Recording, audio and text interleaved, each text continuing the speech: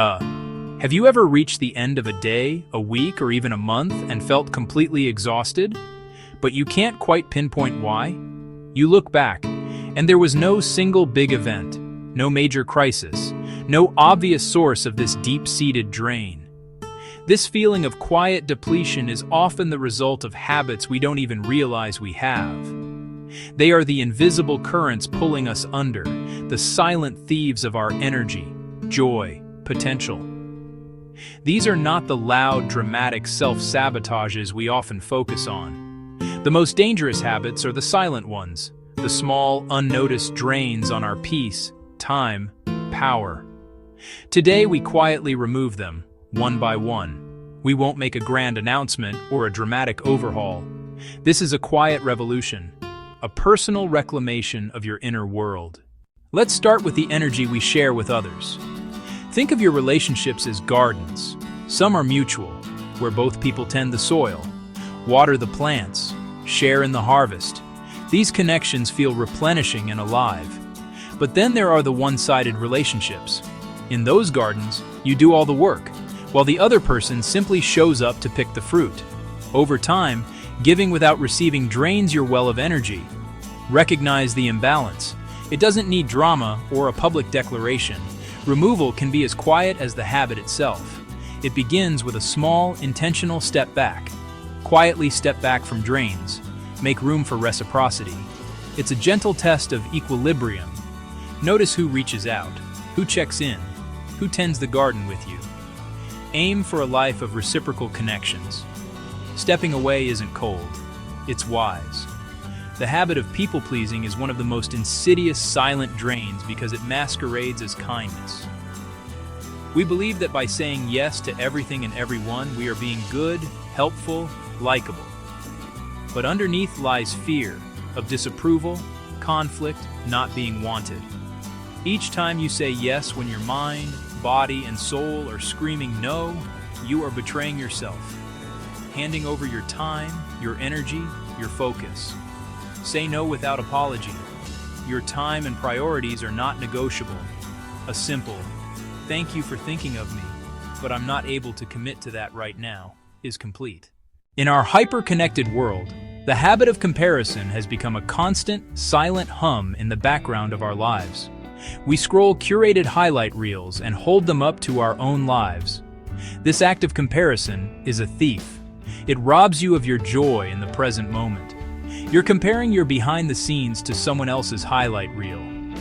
Refocus on your path, the small wins that build real momentum. Practice radical appreciation. Appreciate where you are right now. Celebrate the small wins. Curate your input. Everyone is on their own timeline. Your journey is yours. Overthinking is like being stuck on a hamster wheel in your own mind. It feels productive, but really you're spinning, draining mental energy and creating anxiety. The key, thought progress. Goal, don't stop thinking. Step off the wheel and channel energy into action. First step, notice the loop. Take a deep breath. Feel the air enter and leave. Then take one small, tangible step. It doesn't need to be perfect. It only needs to be a step. That forward motion shatters paralysis. Over time, this rewires your brain. Action, not rumination, leads to clarity and peace. Silence the noise by building momentum, one small, quiet step at a time. Guilt can be a useful emotion. It's a moral compass that signals when we've acted against our values. This type of guilt is productive. It leads to growth. But persistent, lingering guilt sticks around long after closure. Often it's a story you tell yourself on repeat. This is not learning, it's self-flagellation. Start by separating the lesson from the story. The lesson is valuable. The story is toxic baggage. Consciously put the baggage down. Forgive yourself. Forgive not knowing better then. That grace frees huge mental and emotional energy. The fear of judgment is a cage we build with the bars of other people's anticipated opinions. We lose touch with our inner guidance system. It saps our creativity, our courage, and our authenticity. You have no control over how others perceive you. Their opinions reflect their experiences, not your worth. Others' opinions are not your barometer. Act with conviction and let judgment pass like distant weather. Before you act, ask, is this aligned with my values? Is this true to me? Am I acting with integrity? Start small. Notice the fear and do it anyway. The more you act from inner alignment, the less power judgment has. You are living in the wide open space of your own authentic truth. In our culture, busy has become a badge of honor. We equate packed schedules with importance, productivity, success, yet constant busyness deceives and drains. We leave no room for rest, reflection, simple being. Burnout follows. Often, busyness is avoidance of feelings, hard choices, lack of purpose. Busy is a mask. Prioritize rest and focused work to reclaim time and clarity. Do the right things. Schedule downtime, reflection. Do nothing, like your most important meeting. When you work, be fully focused.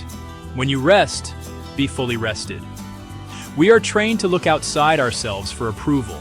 Grades, praise, likes, promotions, compliments. When external validation is primary, our well-being rises and falls with comments and likes. Measure progress by internal metrics, learning, becoming better, acting in alignment with values. Build quiet confidence from within, growth over applause. Say it to yourself, I am proud of how I showed up. When you validate yourself, others' validation becomes a bonus. You are the anchor of your own life. Secure and steady, no matter what storms of opinion may rage around you. Perfectionism disguises itself as virtue, but it's fear of mistakes, criticism, not being good enough. The pursuit of perfection is a race with no finish line. Embrace progress over perfection. Action creates momentum. Set a 5-minute start and move. Done is better than perfect. Your worth isn't tied to flawless outcomes. Mindless scrolling, especially doom scrolling, is a modern silent drain. Your attention is the currency of your life. Whatever you pay attention to grows. Protect your attention, set limits, curate input, let silence refill your mind. Choose what you consume and create space for mental quiet. You're taking back your inner world. Boundaries are not walls. They are gates to our well-being. Simple, clear, kind. I need to finish this report. I need my weekends to recharge. Quiet consistency teaches people how to treat you. Avoiding emotions is exhausting. Emotions are messengers. Meet them with curiosity, not numbing. You are not the sadness. You are experiencing it. Listen, learn, choose with wisdom. We've walked through 12 silent habits, 12 quiet drains. Choose one habit today, remove it quietly, and watch your life widen. Mental freedom, sharper focus, renewed confidence. Thank you for sharing this time with me.